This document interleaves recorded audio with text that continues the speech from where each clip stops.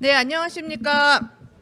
2023년 제5회 소셜 임팩트 포럼의 마지막 세 번째 세션 사회를 맡은 이화여자대학교 사회적경제협동과정 1호, 대한민국 1호 사회적경제학 박사 정희수입니다.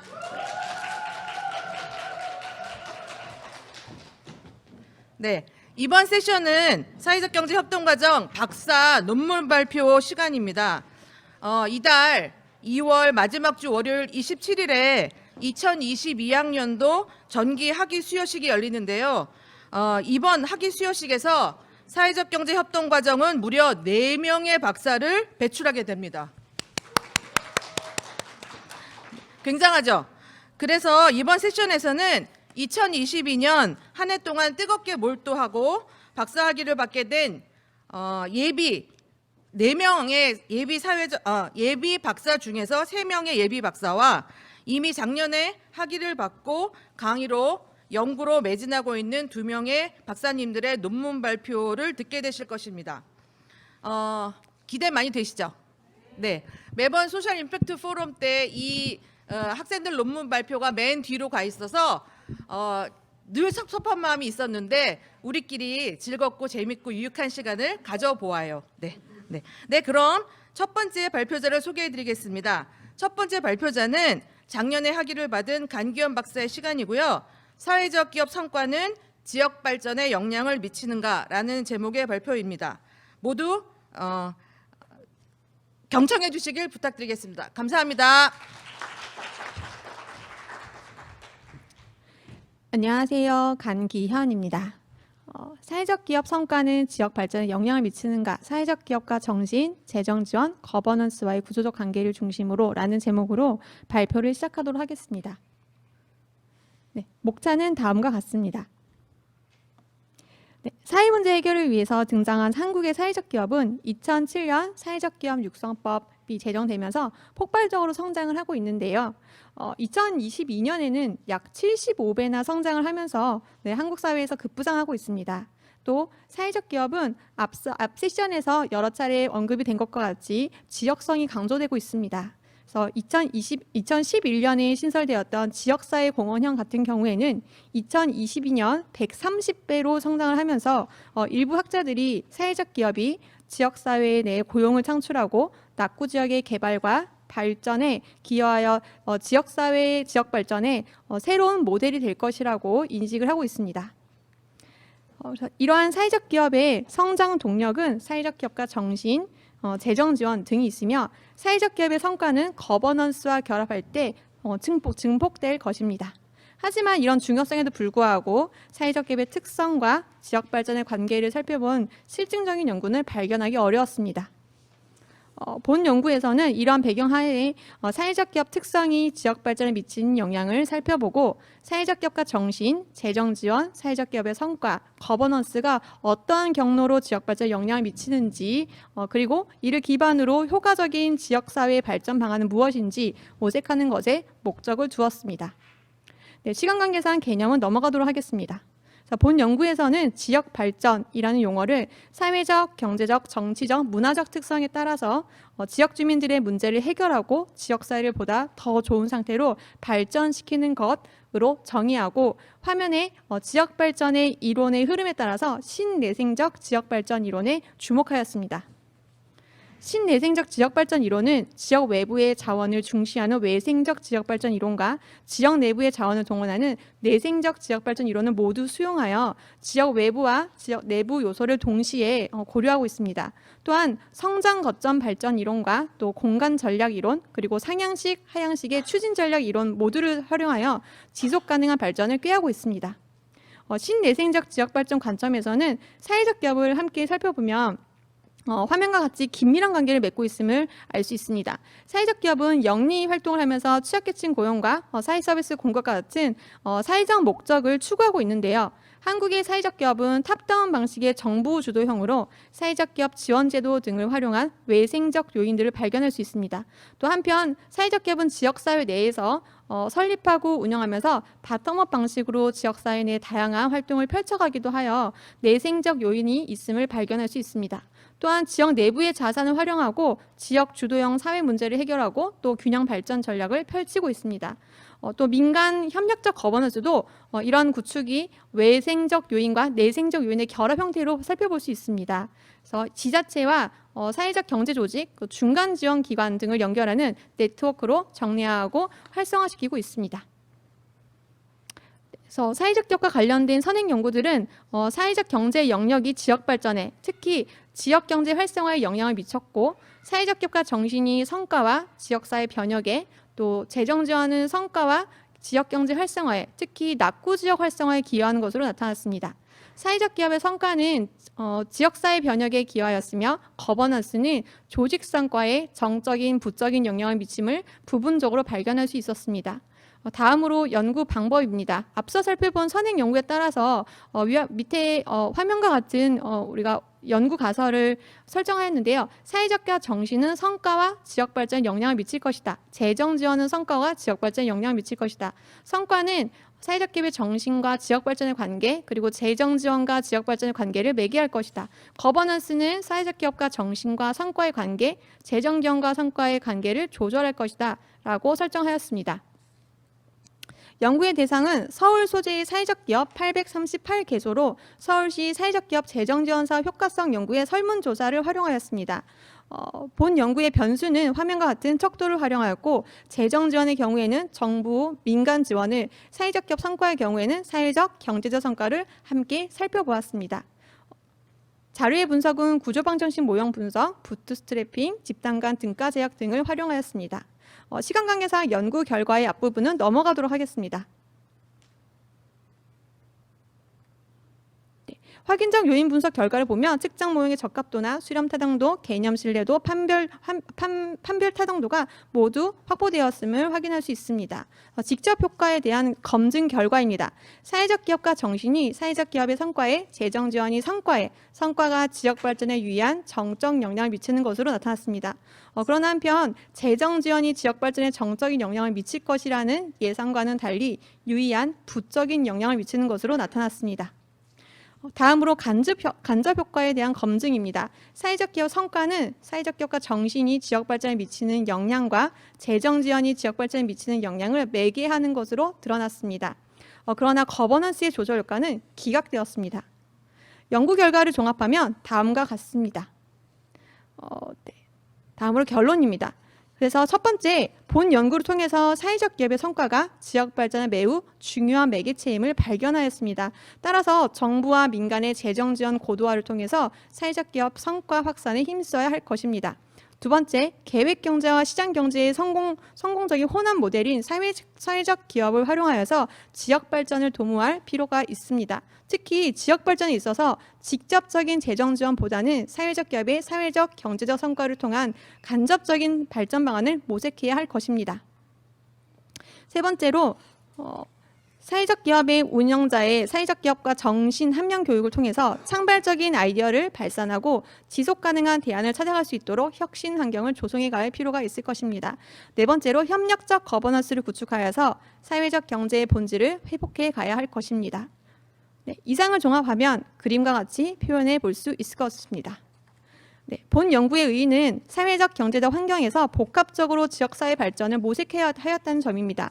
또한 기존 연구의 흐름에서 한 발 더 나아가 사회적 기업의 성과와 지역사회 발전의 역량관계를 살펴보았다는 점, 사회적 기업의 새로운 지역 발전 모델 가능성을 탐색하였다는 점 등을 들 수 있습니다. 하지만 지역 발전의 지표가 주관적이었다는 점, 또한 서울 지역에 국한되었다는 점, 동일 방법 편의에 문제가 있다는 한계가 있을 수 있습니다. 향후에는 다양한 사회적 경제 조직으로 확대한 지역 발전의 실증 연구가 더 필요할 것입니다. 또한 사회적 경제의 조직별, 지역별 특성을 고려한 다양한 연구와 정성적인 연구가 필요할 것으로 사료됩니다. 이상으로 발표를 마치도록 하겠습니다. 경청해 주셔서 감사합니다. 네, 강기현 박사님 논문 발표 감사합니다. 두 번째 발표자는 사회적 경제 중간 지원 조직의 거버넌스가 직무 성과에 미치는 영향, 진성 리더십의 매개 효과를 중심으로라는 제목으로 조정화 박사께서 발표해 주시겠습니다. 경청해 주시기 바랍니다.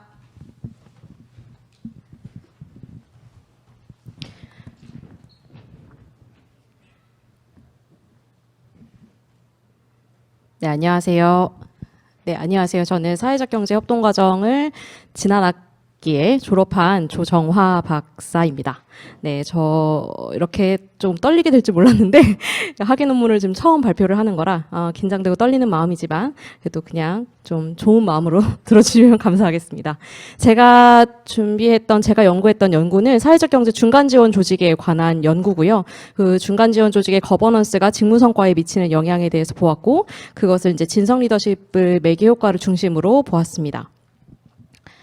네, 그 사회적 경제가 많이 성장을 했다라는 것은 모두가 동의를 하시는 바일 거고, 그 근간에 저는 중간 지원 조직이 굉장히 큰 영향을 미쳤다라는 것을 집중해봤습니다. 그래서 사회적 경제가 중간 조직들의 성장에 정말 많은 중간 지원 조직에 기여가 있었다라는 많은 연구들을 보았고요. 그런데 이런 중간 지원 조직의 큰 영향력에도 불구하고 다양한 비판적인 시각들이 존재했습니다.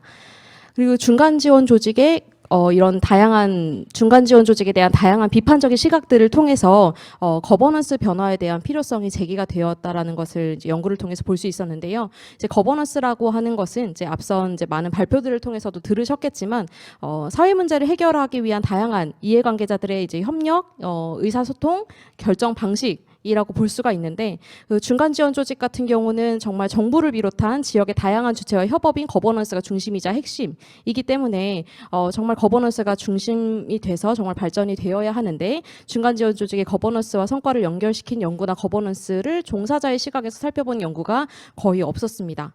그래서 또한 이제 중간 지원 조직의 거버넌스뿐만 아니라 리더십에 대해서도 중간 지원 조직의 관리자들은 풍부한 경험을 가지고 사회적 경제와 관련된 전문적인 역량을 지닌 이들이 정말 리더십을 가지고 끌고 가야 하는데, 거버넌스적인 측면에서도 조직의 환경을 관리하고 운영의 전문성을 향상시키고 대내외적인 네트워크를 주관하고 설계하는 것이 조직 관리자의 역할인데, 이 리더십에 관한 역할에 대한 연구도 거의 없는 것을 확인할 수 있었습니다. 그래서 이런 것들을 통해서 중간 지원 조직이 사회적 경제에 관련된 주요 정보를 제공하고 정부와 민간과 민간을 잇는 가교의 역할을 하는 그런 중요성을 가진 그런 조직임에도 불구하고 거버넌스에 대해서나 또 리더십의 역할에 대해서나 그런 연구가 많이 없었고, 특히 거버넌스 같은 경우는 중간 지원 조직 역할 자체이자 지속 가능한 발전을 위한 기반의 틀이라는 관점에서 보았을 때 이 연구가 시급하다라는 생각이 들었습니다. 그래서 본 연구는 다음과 같은 목적을 가지고 있습니다. 기존의 연구의 한계를 극복하고 중간 지원 조직을 대상으로 거버넌스와 진성 리더십 그리고 성과에 이르는 구조적인 관계를 보고자 하였고요. 더 나아가서 이제 거버넌스 활성화 방안과 또 리더십 역량 개발 방안 등을 통해서 중간 지원 조직의 지속 가능한 성장에 이바지할 수 있을 것이라는 기대 아래에 본 연구를 실시했습니다. 그래서 본 연구는 좀 특이하게 진성 리더십을 좀 4가지 요소로 나누어서 보았는데요.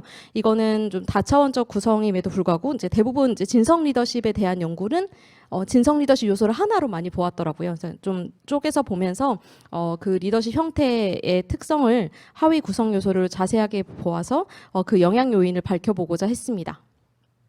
중간 지원 조직에 대해서는 이제 많이 참여하신 분들이 대부분 관계자분들이시기 때문에 뭐 굳이 크게 집중해서 설명하지 않아도 될 것 같습니다. 그래서 정말 중재자의 역할을 하는 조직이기도 하고, 설립이랑 운영 주체, 지원 기관, 지역 단위를 따라서 다양한 유형들이 존재를 하고 있습니다. 이런 중간 지원 조직 내에서 발생하는 문제가 사회적 생태계에 좋지 않은 영향을 미칠 정도로 중간 지원 조직이 사회적 경제 생태계에서 굉장히 중요한 역할을 담당을 하고 있고요. 그리고 이런 그 다음에 이제 잠시만요. 한번 넘어간 것 같은데. 네.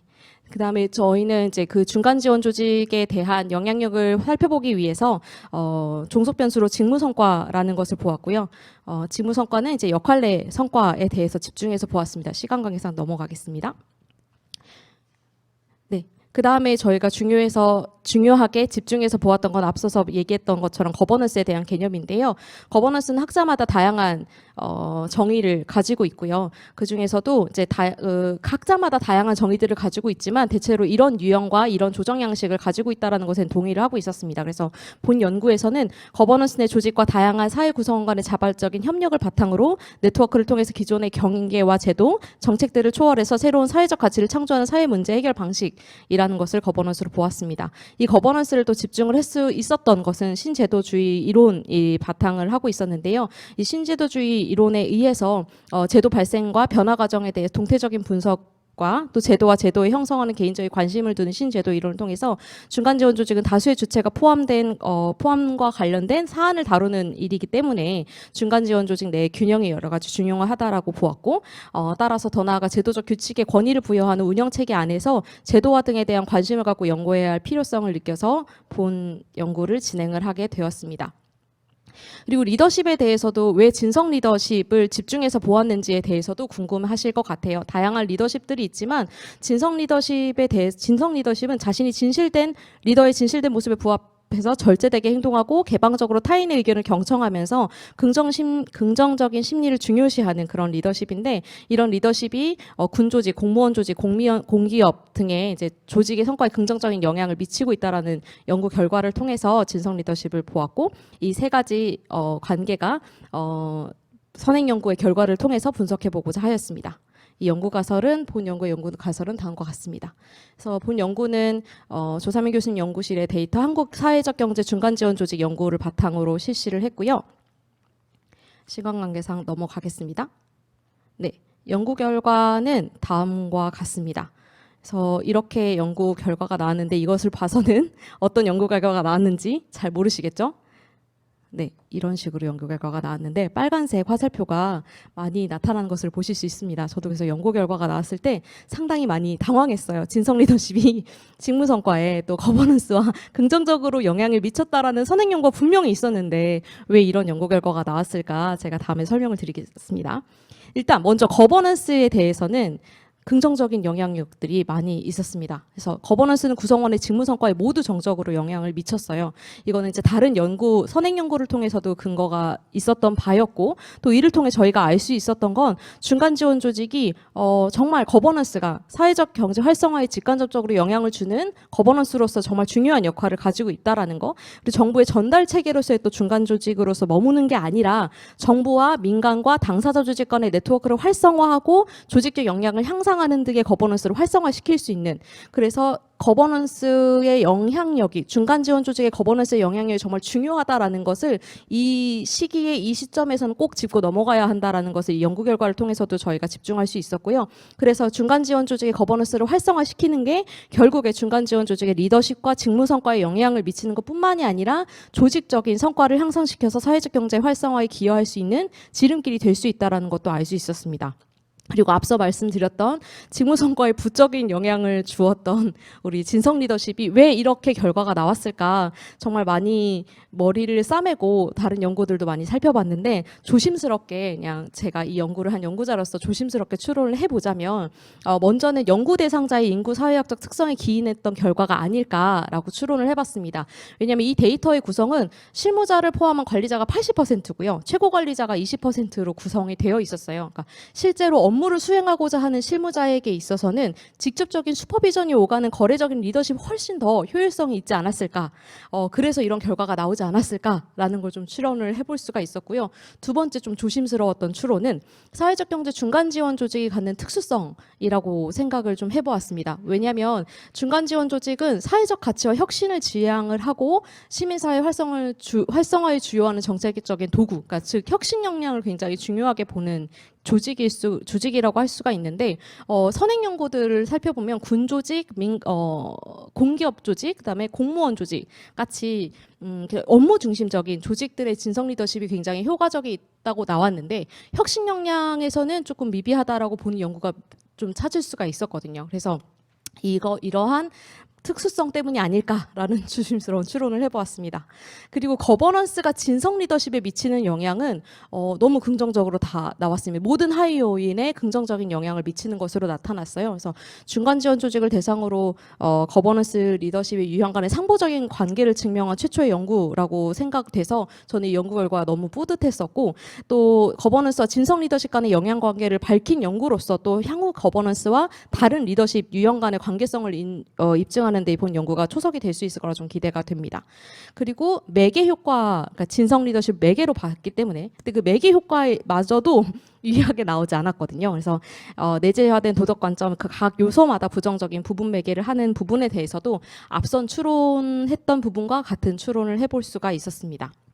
그래서 본 연구를 통해서 본 연구가 갖는 의의는 다음과 같이 좀 보게 되었습니다. 발표 시간이 마무리돼서 빠르게 말씀을 드릴게요. 그래서 거버넌스랑 리더십, 직무 성과의 구조적인 관계를 살핀 첫 번째 연구고요. 그다음에 직무 성과에 미치는, 거버넌스가 진성 리더십의 요소와 직무 성과에 미치는 긍정적인 영향을 발견했다는 걸 굉장히 유의미하다라고 보고 있습니다. 그리고 세 번째로 거버넌스가 리더십과 상보적인 관계에 있다라는 것을 그 선행 연구를 증명한 결과이기도 하고요. 실증적으로 또 거버넌스와 리더십과의 관계에 대한 실증 연구가 굉장히 부족한 국내에서 이루어진 연구라는 데도 좀 의의가 있다라고 보았습니다. 그리고 마지막으로 중간 지원 조직에 있어서 진성 리더십이 역효과를 낼 수 있는 요소가 될 수 있다라는 것을 조심스럽게 밝힌 연구라고 볼 수 있습니다. 그래서 본 연구를 통해서 다음과 같은 제언과 후속 연구를 제안을 하고자 하는데요. 당사자 조직 간 참여를 활성을 유도하기 위해서 기초 단위 중간 지원 조직이 추가로 신설되었으면 좋겠다라는 것과, 또 거버넌스의 요소인 운영의 적합성을 향상시키기 위해서 중간 조직 자체의 역량을 강화시킬 필요가 있다. 그리고 마지막으로 참여 시스템의 활동성을 갖기 위해서는 민간의 소통 시스템을 구축하고 정기적인 정책 관담회 등을 실시를 하는 것이 좋겠다라고 제언을 해봤고요. 다음으로 또 거버넌스와 진성 리더십 관계에 있어서 다른 조직의 연구들을 통해서 보다 보편화시킬 필요가 좀 있을 것 같고, 다른 리더십 유형에 대해서 또 연구를 해보는 것이 좋을 것 같다라는 다음과 같은 후속 연구를 제안하는 바입니다. 이상의 발표를 들어주셔서 너무나도 감사합니다. 네.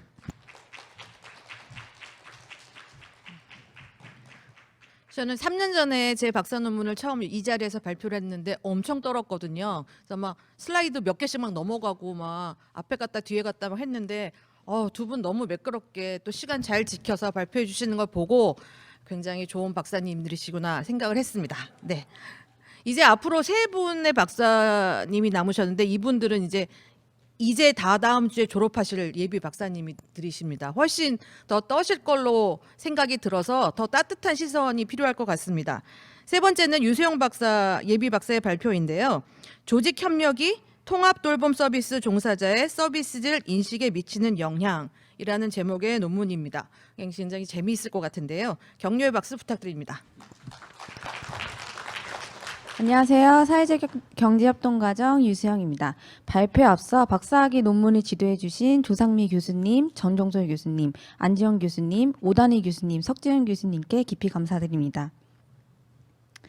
최근 여성경제활동 확대와 저출산, 1인 가구, 노인 증가로 인해 새로운 복지 대상과 복지 수요가 증가함에 따라 급속한 돌봄 비용이 증가하였으며, 변화되고 있는 환경 속에서 복지 수요가 증가하는 것에 비해 기존 돌봄 서비스는 다변화되고 있는 가정 환경에 매우 약화되어 복지 사각지대가 발생하는 문제가 발생하였습니다.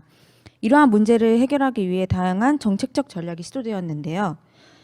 2018년 한국 정부에서는 포용적 복지국가 실현을 위한 통합돌봄 서비스 모델을 구축하기 위해 지역사회 통합돌봄 기본계획을 발표하였으며, 지역 주민의 욕구에 맞는 보건, 의료, 주거, 돌봄을 통합한 서비스를 제공하는 것에 중점을 두었습니다. 하지만 기존의 단위 서비스 사업으로 운영되었던 것과 달리 다직종 서비스를 통합하여 제공하는 지역사회 통합돌봄 서비스 선도 사업은 지자체 조직 신설, 사례관리팀 조정 등 서비스 주체가 다양함됨으로써 기존 조직과 신설 조직 간의 업무 중복에 따른 혼란이 발생하면서 효율적인 서비스 조직체계 구축 및 성과를 위해 조직협력의 연계 중요성이 언급되었습니다. 최근 공공부문에서 기업과 정부가 해결해야 할 사회적 문제가 점차 증가되고 복잡해짐에 따라 조직협력의 필요성 증대 및 안정적이고 효율적인 사회서비스 공급의 필요성 요구와 함께 통합적 지원체계 구축과 공공의 역할 강화를 강조하고 있습니다. 특히 사회 서비스를 제공하는 조직의 효율적인 목적을 달성하는 측면에서도 조직 협력의 중요성은 매우 중요하게 다뤄지고 있으며 공공복지 서비스 인력 부족과 재원 부족의 제한점을 극복하고 지역 기반의 효율적인 서비스 제공을 위해 협력은 중요한 대안으로 제시되고 있습니다. 본 연구는 조직 협력을 조직 내 협력과 조직 간 협력으로 구분하여 기존 연구들과의 차별성을 두었으며 다양한 전문가들의 협력을 통해 서비스를 제공하는 통합돌봄 서비스 조직에 있어 조직 협력은 매우 중요한 요소이기 때문에 의사소통과 신뢰 요인과 함께 서비스 질에 미치는 영향을 밝혀냈다는 점에서 큰 의의가 있습니다. 다음은 본 연구에서 사용한 변수에 대해서 간단하게 설명드리겠습니다. 중소변수 서비스 질은 서브컬 모형을 활용하여 약속한 내용과 동일한 서비스 제공, 이용자 배려, 신속한 서비스 제공 등의 내용을 포함한 신뢰성, 확신성, 공감성, 반응성, 유용성으로 구성되었습니다. 다음은 독립변수 조직협력입니다. 조직협력은 조직 내 구성원들이 공동의 조직 목표를 달성하기 위한 협력인 조직 내 협력, 다양한 조직과의 연계활동 및 협력을 통해 서비스를 제공하는 조직 간 협력으로 구성되어 있습니다. 다음은 매개변수 중 하나인 의사소통입니다. 의사소통은 조직 구성원 간 공식적으로 의사소통을 하는 공식적 의사소통과 구성원과 사적으로 이루어지는 비공식적 의사소통을 구성되었습니다. 마지막으로 매개변수 신뢰입니다. 개인 간 상호작용을 통해 발생하는 수평적 관계 신뢰인 동료 신뢰, 상사와 직원 간의 상호작용을 통해 발생하는 상사 신뢰, 조직 구성원이 조직에 기여하는 것에 대한 조직 신뢰로 구성되었습니다. 다음은 연구 모형과 가설입니다. 모형과 가설은 다음과 같습니다. 연구 대상은 경기도 통합돌봄 서비스 종사자 677명 전수조사를 하였으며 온라인 서베이에 응답한 응답자는 총 388명으로 57%의 응답률을 보였습니다. IRB 승인을 거쳐 경기도 통합돌봄 서비스 기관에게 협조 요청 후 종사자에게 온라인 설문조사를 배포하여 진행하였습니다. 자료 수집 기간은 2022년 9월 7일부터 2022년 10월 14일 38일 동안 2차례 이메일 발송과 함께 3차례에 걸친 전화 동료로 자료를 취합하였습니다. 변수 구성과 측정 도구는 다음과 같습니다. 자료 분석은 SPSS와 에이모스를 활용하여 구조방정식 모형과 개별 매개 효과를 검증하였습니다. 타당도와 신뢰도 모두 적합한 수치를 보였으며 상관관계 분석 또한 적합한 수치를 보였습니다. 측정 모형의 검증에서는 모형의 적합도 지수, 표준화 회계 교수 모두 적합하였으며 연구 모형의 경로 개수는 결과는 다음과 같습니다. 연구 종합 결과는 다음과 같습니다. 조직 내 협력은 의사소통에 정적인 영향을 미칠 것이다. 조직 간 협력은 의사소통에 정적인 영향을 미칠 것이다. 신뢰는 조직 협력과 통합돌봄 서비스 종사자의 서비스 질 인식에 있어서 정적인 매개 효과를 미칠 것이다. 에 대한 가설이 채택됨으로써 신뢰의 완전 매개 효과를 검증하였습니다. 다음은 연구 시사점입니다. 조직 간 연계를 통해 의사소통이 활성됨으로써 지역의 서비스 수요자, 이용자들의 만족도는 향상되고 조직 성과를 제고시키는 중요한 요소로서 지역복지 측면에서 조직협력의 중요성을 살펴볼 수 있었으며 서비스 질을 높이기 위해 협력적인 환경이 조성되어지고 조직 구성원 간, 조직 간의 신뢰가 강화될 수 있도록 노력해야 된다는 것을 통해 조직 간 관계 측면에서 신뢰의 중요성을 살펴볼 수 있었습니다. 또한 통합돌봄 서비스 제공자가 가장 중요하게 인식하는 요소들을 바탕으로 조직 연계성을 확대할 수 있는 문화를 강화시켜 조직 협력의 긍정성을 기반으로 사회복지기관만의 협력 모델을 구축하고 확대하는 것이 필요하다는 것을 살펴볼 수 있었습니다. 다음은 연구의 실천적 재현과 한계점입니다. 먼저 지역사회 통합돌봄의 조직 간 협력을 강화하기 위해서는 그동안 중심되어 온 네트워크 체계를 벗어나 오랜 시간과 노력이 필요하더라도 신뢰를 기반한 협력 네트워크 형성을 위한 조직 체계를 구축할 수 있도록 노력해야 하며 다양한 전문가들과 함께 업무를 수행하는 지역사회 통합돌봄 조직 환경을 고려하여 각 조직과 조직 구성원의 업무 역할을 명확하게 부여하고 관리 감독을 하는 통합기구의 역할은 매우 중요합니다. 특히 본 연구에서는 신뢰가 효과적인 협력 네트워크 성과를 창출하는데 핵심적인 매개 변수라는 결과는 가장 중요한 실천적 함의이며 조직 간, 조직 내에 개방적인 의사소통을 할 수 있는 제도와 프로그램을 개발해야 된다는 시사점도 도출할 수 있었습니다. 다음은 연구 한계점입니다. 통합돌봄 서비스 조직 협력과 서비스질 간의 관계에 대한 시중적인 연구에 대해 경기도 지역사회 통합돌봄 서비스 제공자 대상으로 유의 표집함에 따라 모든 통합돌봄 서비스 제공자에게 일반화하는 데에는 제한점을 갖고 있어 향후 전국 통합돌봄 서비스 제공자 대상으로 연구를 진행하여 전체적인 조직 협력과 서비스질 간의 관계 연구가 필요하다고 생각합니다. 그리고 서비스 질에 미치는 영향 요인을 파악하는 데 있어 양적 연구를 실시하였는데 이는 한정된 응답 질문에 따른 편견과 오류가 있을 수 있으므로 후속 연구에서는 개별 면담이나 심층 인터뷰를 통해 다차원적인 데이터를 구축하여 심층적으로 접근할 필요성이 강조됩니다.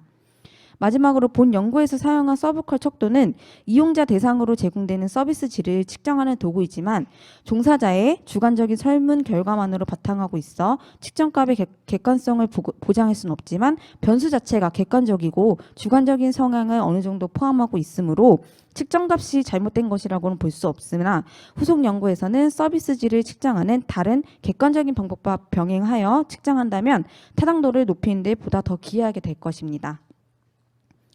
마지막으로 후속 연구 제안입니다.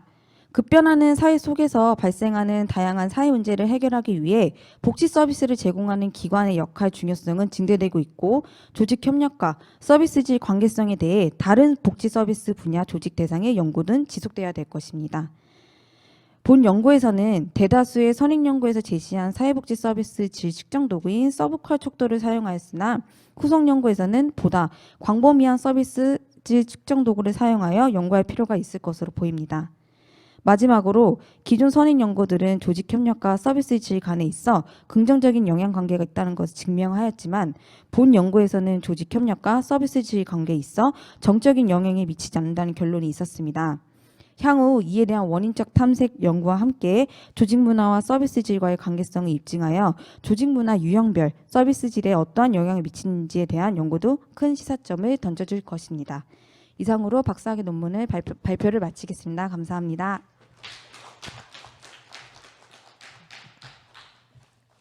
예, 전혀 안 떠시는데요. 저만 떨었던 걸로.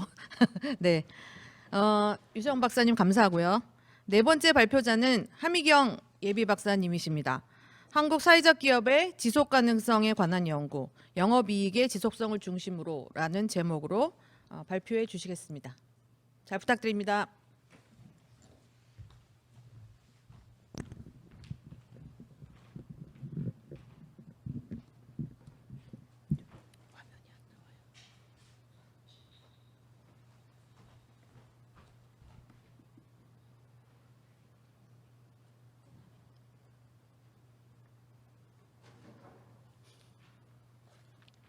안 나온대요. 그러면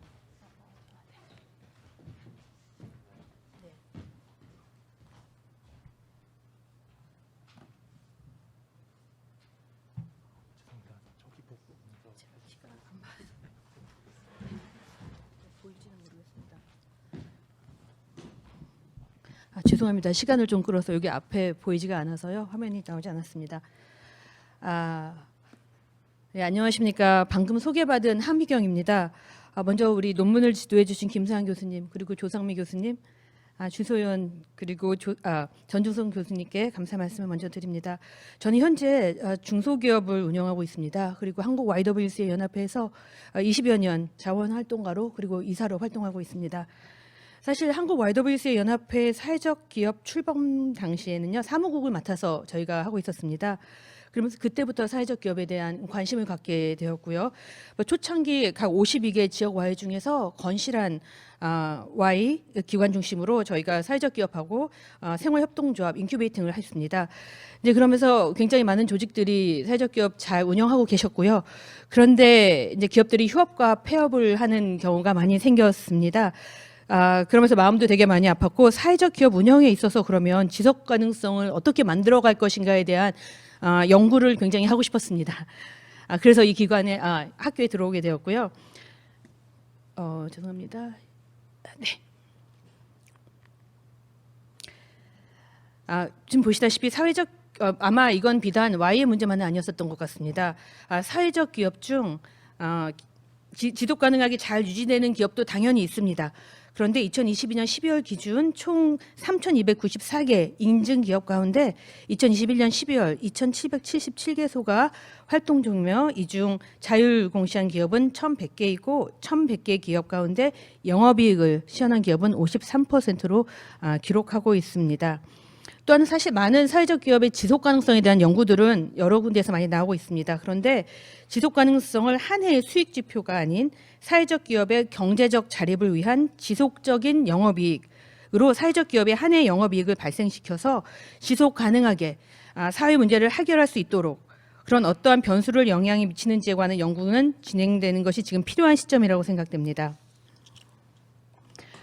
연구 목적은 이와 같습니다. 사회적 기업의 지속 가능성에 영향을 미치는 관련 변수들이 지속적인 영업이익, 즉 저의 지속 가능성의 종속 변수는 지속적인 영업이익입니다. 어떠한 영향을 미치는지를 확인하고 의사결정 구조가 위의 관계에서 조절 효과를 영향을 미치는지 분석해서 사회적 기업의 지속 가능성에 대한 대안을 제시하고자 합니다. 본 연구의 모형을 도출함에 앞서서 그런 과정에서 설정 단계와 가설 도출 단계를 거쳤습니다. 저의 연구는 변수를 하나의 이론이나 관점에서 산출한 것이 아니라 다양한 이론에서 사용한 변수들이 모두 중요하게 작용되므로 통합적인 관점에서 모든 변수를 적용하고자 했습니다. 따라서 이처럼 통합적인 관점에서 모든 변수의 영향력을 확인할 수 있는 연구를 하기 위해서 사회적 기업의 지속 가능성에 미치는 영향을 헤도닉 모형의 추정을 따라 추정을 하였습니다. 본 연구에서 사용된 변수는 다음의 이론과 연관지어 확인해 볼 수 있습니다. 지속 가능성은 사회적 기업의 경제적 자립을 DTI의 정의에 따라 지속 가능성을 지속적인 영업이익으로 보았으며 사회적 기업가 정신과 조직 특성은 자원 증거 이론으로 재정 지원은 자원 의존 이론, 이해관계자 이론에서 의사결정 구조를 확인할 수 있었습니다. 연구 모형은 다음과 같습니다. 자료 수집 방식입니다. 저는 사회적가치연구원의 SPC 데이터를 사용하였습니다. 그래서 저희 독립 변수는 혁신성, 준치성, 위험 감수성, 사회가치, 지향성이고요. 이사회, 유무, 경영진, 보조금 총액, 법인 형태, 직원 수입니다. 그리고 저희 종속 변수는요. SPC 기업체 패널 데이터 조사에서 발췌했고요. 재무제표 2015에서 20년도 영업이익으로 하였습니다. 그래서 영업이익이 나지 않는 해는 0으로, 영업이익이 한 해 남은 1, 영업이익이 2해 남은 2 이렇게 해서 종속 변수를 측정하였습니다. 자료 분석 방법입니다. 본 연구는 사회적 기업의 지속 가능성에 미치는 영향 변수를 선행 연구를 기준으로 추출하였고 사회적 기업가 정신, 재정 지원 조직 특성과 지속 가능성의 관계에서 의사결정 구조가 조절 효과로 영향을 미치는지를 파악하고자 하였습니다. 그래서 빈도 분석, 기술 통계를 실시하였고 상관관계 분석과 다중회계 분석을 실시하였습니다. 그리고 교호학 역시 다중회계 분석의 마지막으로 조절 효과를 분석하였습니다. 결과입니다. 진취성, 위험 감수성, 이사회, 경영진, 재정 지원, 영리법인, 기업 규모가 유효하게 나왔습니다. 여기에서 제가 조절 효과 분석에 있어서 본 연구에서 의사결정 구조 중에서 이사회만 교호항으로 본 이유는요. 의사결정 구조 교호항과 경영진의 두 개를 다 넣어봤는데 조절 효과 분석 확인하기 위해서 해보았는데요. 지속 가능성과 영향관계 확인 결과에 있어서 이사회만 유무한 결과가 나왔기 때문에 조절 효과가 있음을 교호항으로 이사회 유무를 사용하였습니다. 여기에서는 10% 내에도 나오지 않았었고요. 연구 결과는 다음과 같습니다. 네, 연구 결과 요약입니다. 첫 번째, 사회적 기업가 정신 중에서 진취성과 위험 감수성이 유효하게 나왔습니다. 사회적 기업가 정신 변수 중에서 진취성이 높을수록 지속 가능성이 높아졌으며 위험 감수성이 높을수록 지속 가능성이 낮아지는 것으로 보여졌습니다. 두 번째 결과입니다. 의사결정 구조는 이사회가 양의 영향을, 경영자 중심의 의사결정은 음의 영향을 미쳤습니다. 의사결정 구조는 사회적 기업의 지속 가능성에 영향을 미쳤습니다. 이사회가 존재하는 사회적 기업은 지속 가능성이 높아졌으며 경영진 중심의 의사결정은 지속 가능성을 낮추는 것으로 확인되었습니다. 세 번째입니다. 재정 지원은 사회적 기업의 지속 가능성을 낮추는 것으로 확인되었습니다. 네 번째, 조직 특성은 영리 기업은 양의 영향을, 기업 규모 역시 양의 영향을 미쳤는데요.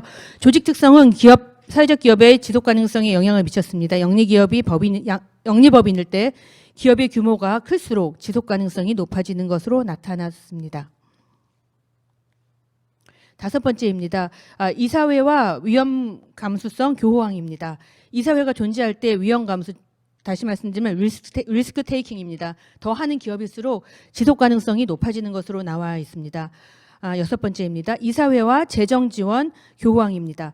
이사회가 존재할 때 영리 기업은 지속 가능성이 높아졌으나 이사회가 존재할 때 규모가 큰 법인일수록 지속 가능성이 낮아졌습니다. 아마 이는 규모가 클수록 지속 가능성이 높아진다는 첫 번째 결과와는 약간 상반된 결과가 나온 결과입니다. 일곱 번째입니다. 이사회와 기업 규모 교호항입니다. 기업 규모와 사회적 기업의 지속 가능성의 관계에서 이사회가 부의 조조 효과를 가지고 있는 것으로 확인했습니다. 기업 규모는 기본적으로 정에 영향을 미쳤지만 이사회가 존재할 경우 다양한 이해관계자의 존재로 인해서 기업 규모의 정의 효과를 아마 변형해서 부의 영향으로 변화한 것 같습니다. 이는 이사회가 존재할 때 기업 규모가 커질 때 지속 가능성의 영향을 바꾼다는 이사회가 있으면 다양한 이해관계자가 오히려 어쩌면 기업 경영을 더 어렵게 할 수 있다는 결과인 것 같습니다. 아마 이는 저의 종속 변수가 영업이익이기 때문에 그런 것 같습니다. 논의 및 재원입니다. 기업의 규모가 커질수록 다양한 이해관계자로 형성된 이사회는 지속 가능성을 낮추는 요인으로 작용한다고 보입니다. 따라서 규모가 큰 사회적 기업일수록 적절한 이사회의 규모를 필요한 것 같습니다. 이해관계자의 적극적으로 의사를 표명할 수 있게 해주는 것이 중요하고요. 신속하고 효율적인 운영이 가능하도록 이사들의 역할을 강화하고 충성도를 높이는 것이 요구되는 것 같습니다. 두 번째입니다. 사회적 기업가 정신 가운데 지속 가능성에 영향을 미친다고 나타난 진취성과 위험 감수성 관련 교육을 할 수 있는 프로그램과 더불어 나아가 프로그램을 실천할 수 있는 창업센터와의 연결이 필요하지 않을까 생각합니다. 세 번째입니다. 사회적 기업의 기업 형태인 영리법인과 비영리법인의 조화롭고 균형적인 발전을 위해서 비영리법인 운영자에 대한 기업 경영 교육 및 영리법인 출신 이사의 비영리법인 활동이 중요하지 않을까 싶습니다. 네 번째입니다. 사회적 기업의 성장 단계와 기업 특성에 맞춘 지원 정책이 마련되어야 할 것 같습니다. 제 연구엔 굉장히 많은 한계와 후속 연구가 필요한 것 같습니다. 예, 감사합니다.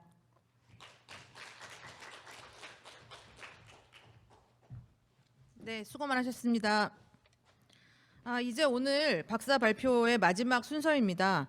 다섯 번째 발표자 홍미나 박사님의 발표인데요. 사회적 경제 참여의 역량 요인, 사회적 자본의 유형과 지역 요인의 상호작용이라는 제목의 논문을 발표해 주시겠습니다. 마지막 발표이니 큰 박수로 맞이해 주시기 바랍니다. 네, 안녕하십니까. 소개받은 사회적 경제협동과정 4기 홍미나라고 합니다. 먼저 제 연구에 큰 도움을 주신 사회학과 이주희 교수님, 김현수 교수님, 그리고 조성미 교수님, 전조수 교수님께 진심으로 감사 말씀드립니다. 오늘 포럼에서도 다시 한번 제가 이화에서 사회적 경제를 공부했다는 것이 굉장히 감동으로 다가왔는데요. 오늘 자리 마련해 주신 사회적 경제 협동 과정의 모든 교수님들과 선생님들께도 감사 말씀드리겠습니다. 제 연구는 사회적 경제 활동의 주요한 자원이라고 볼 수 있는 사회적 자본을 교량형과 결속형으로 구분하고 이러한 유형별 사회적 자본과 사회적 참여의 관계에 있어서 도시와 농촌 그리고 수도권과 비수도권이라는 이런 지역 불평등의 사회적 맥락에서 이런 관계를 살펴본 것이라고 할 수가 있겠습니다. 사회적 경제를 바라보는 다양한 관점이 있을 수가 있는데요. 저는 국내 사회적 경제 활동이 구성원들의 집합적 조직화를 통해서 오늘 가장 많이 나온 키워드 같은데 콜렉티브 임팩트를 통해서 지역사회 공동의 문제를 해결하고자 하는 사회 참여의 방식이라는 관점에서 연구를 진행을 했습니다.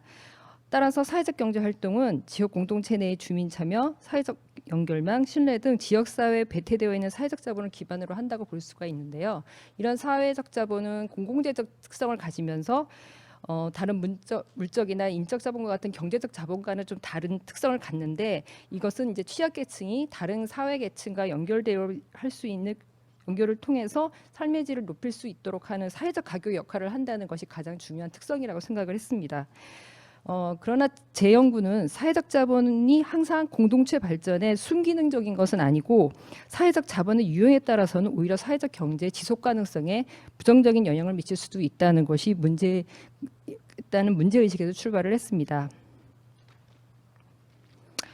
이러한 점은 사회적 관계를 통해서 정보를 교환하고 자원을 통제 활용하기도 할 수 있지만, 개인을 둘러싼 사회적 연결망이 오히려 그 개인이 가질 수 있는 자원 배분과 기회의 구조를 제한하는 구조로 작용할 수 있다라는 점을 의미하기도 합니다.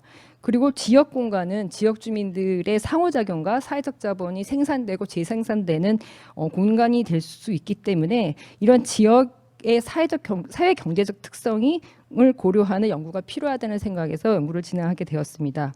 그리고 이러한 접근을 통해서 사실은 시민 참여의 공동체보다는 그 학연이나 지연과 같은 연고형 공동체 문화가 강하게 자리 잡고 있는 한국 사회의 사회적 연결망의 특성을 살펴보는 것이 보다 좀 차별적인 연구 관점이 아닐까라는 생각을 가지고 연구 목적을 가지고 진행을 하게 되었습니다.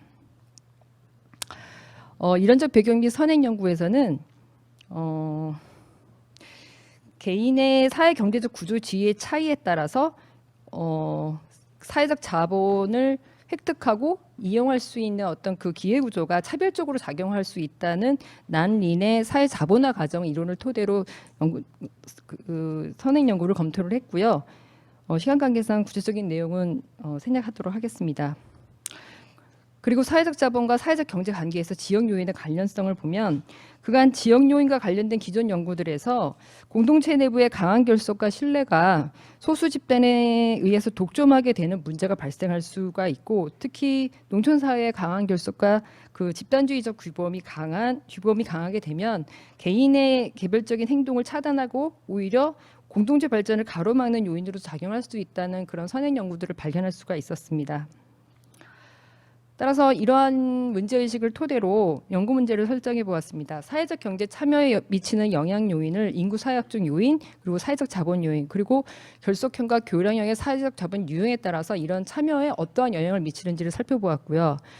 그리고 이러한 지역 요인, 즉 도시와 농촌, 수도권과 비수도권의 지역 요인이 사회적 자본 유형과 사회적 경제 참여의 관계를 어떻게 조절하는지를 살펴보았습니다. 그리고 이러한 분석은 누가 사회적 경제에 참여하는가라는 어떤 그 기초적인 그 통계들이 많이 없는 것 같아서, 기본적으로 그 성별, 연령별, 종사자 지위별, 월평균 가구 소득별로 구간별로 하위 집단을 분류를 해서 공동 그 분석을 동시에 진행을 해보았습니다.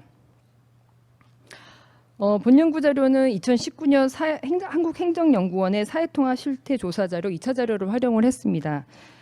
이 자료는 2015년부터 사회적 경제 조직을 사회적 기업, 사회적 협동조합, 마을 기업으로 한정해서 단일 문항으로 그 소속 활동 정도를 측정을 하고 있는데요.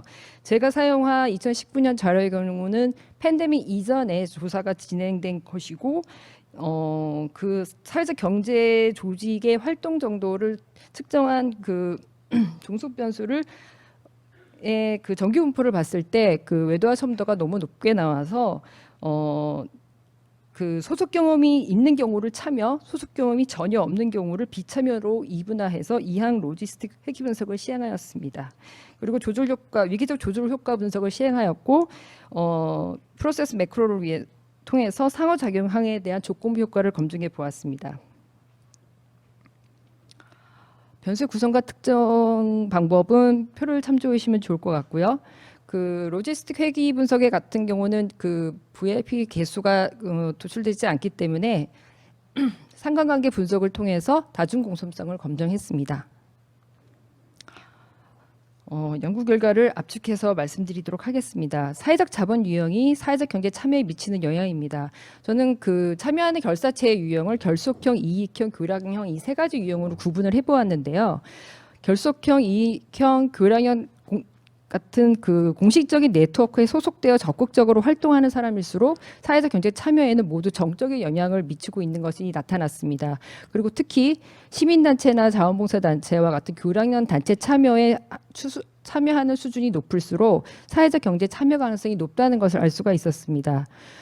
그리고 일반적 신뢰에 비해서 특정 신뢰, 그러니까 친밀한 관계에 집중하는 개인들은 사실은 이러한 걸 결속형 사회적 자본의 유형으로 볼 수가 있는데 이런 경우들은 사회적 경제 참여에는 부정적인 것으로 나타났습니다.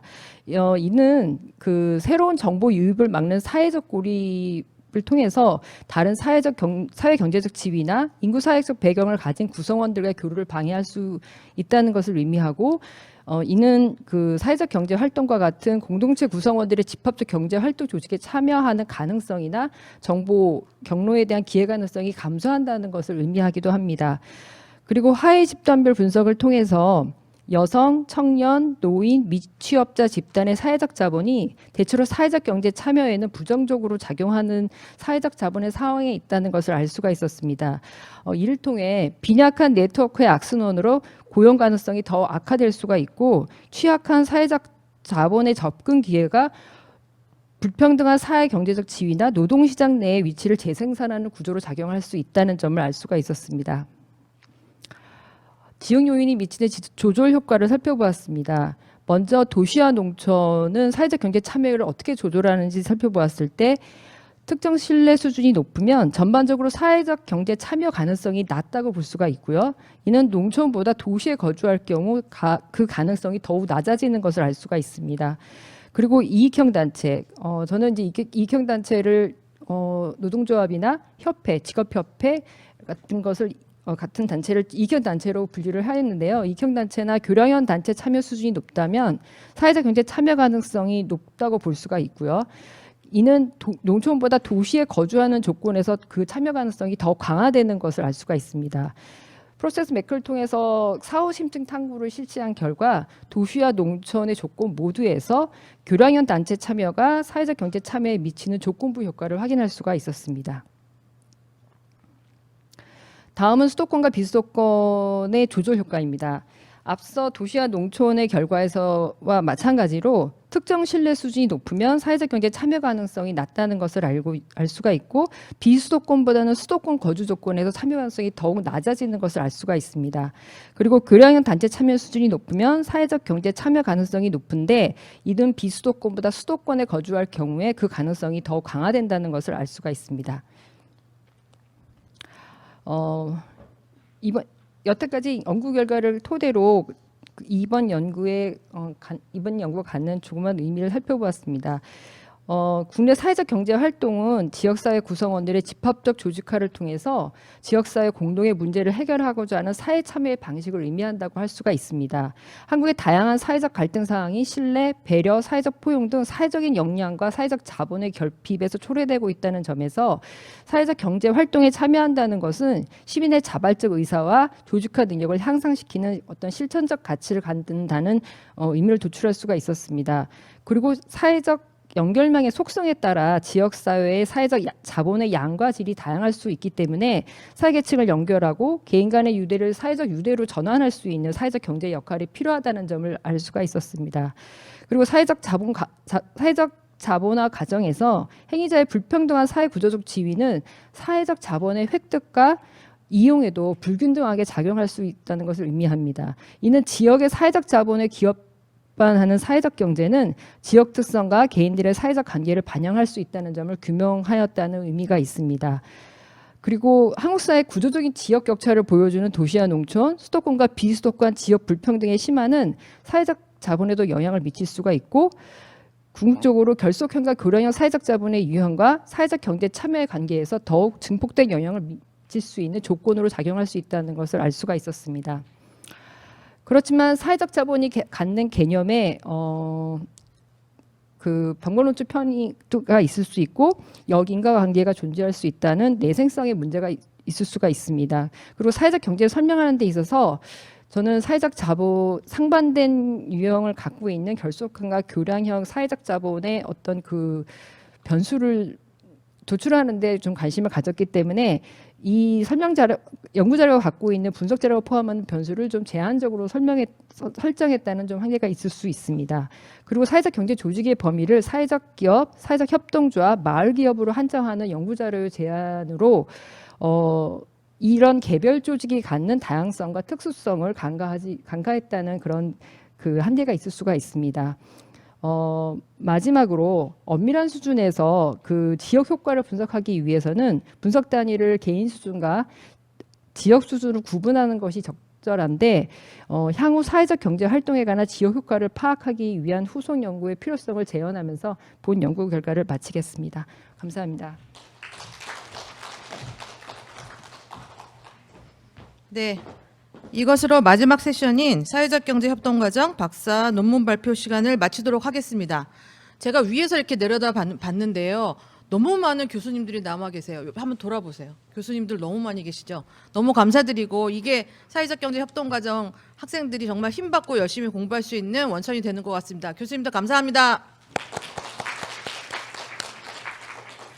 2017년 2학기에 저희 사회적 경제 협동 과정 시작됐거든요. 그래서 만 5년 지났는데 만 5년 동안 9명의 박사가 배출되었습니다. 굉장히 커다란 성과라고 저희는 생각을 하고요. 네. 제가 이 얘기를 하는 이유는 오늘의 화두를 어떻게든 맞춰보려고 콜렉티브 임팩트. 그래서 저희 9명의 박사들이 어디서 어떤 연구와 또 앞으로 후속적인 작업을 할지는 모르겠지만 저희가 사회적 경제 협동 과정이라는 이름으로 뭔가 컬렉티브 임팩트를 낼 수 있도록 열심히 노력하겠고요. 벤츠는 어떻게 풀어야 될까? 저는 아직 한 번도 벤츠를 못 타봐서 한번 타보고 싶다. 뭐 이렇게 마무리 짓겠습니다. 이로써 2023 제5회 소셜 임팩트 포럼의 모든 발표가 마무리되었습니다.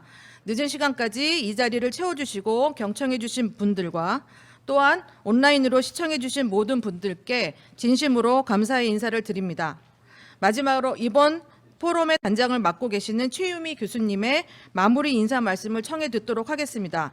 큰 박수로 맞이해 주시기 바랍니다. 네, 지금까지 정혜수였습니다. 감사합니다. 네, 여러분 즐거우셨어요. 긴 시간 동안 정말 함께해 주셔서 대단히 감사를 드립니다. 이제 제5회 소셜 임팩트 포럼을 잘 마무리하게 돼서 감회가 새롭습니다. 오늘 참여해 주신 여러분은 모두 각자의 분야에서 공감의 눈으로 사회를 바라보고 따뜻한 사회, 정의로운 사회를 만들어가고자 하는 마음이 가득하신 분이라 믿습니다.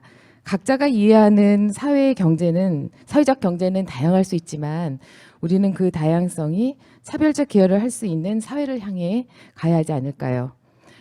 앞으로 우리 이화여대 사회적 경제 협동 과정은 대한민국의 미래를 선도하는 학계와 현장 전문가와 그리고 대중을 연결하는 장을 만들어 나가는데 그 역할과 사명을 다할 것을 약속을 드립니다. 이 멋진 포럼을 위해서 준비하고 또 오늘 이렇게 운영한 우리 스태프들에게 정말 우리 모두 감사의 박수를 한번 쳐주셨으면 좋겠습니다. 네. 감사합니다. 그럼 내년 제6회를 기대하며 모두 안녕히 돌아가시기 바랍니다. 감사합니다.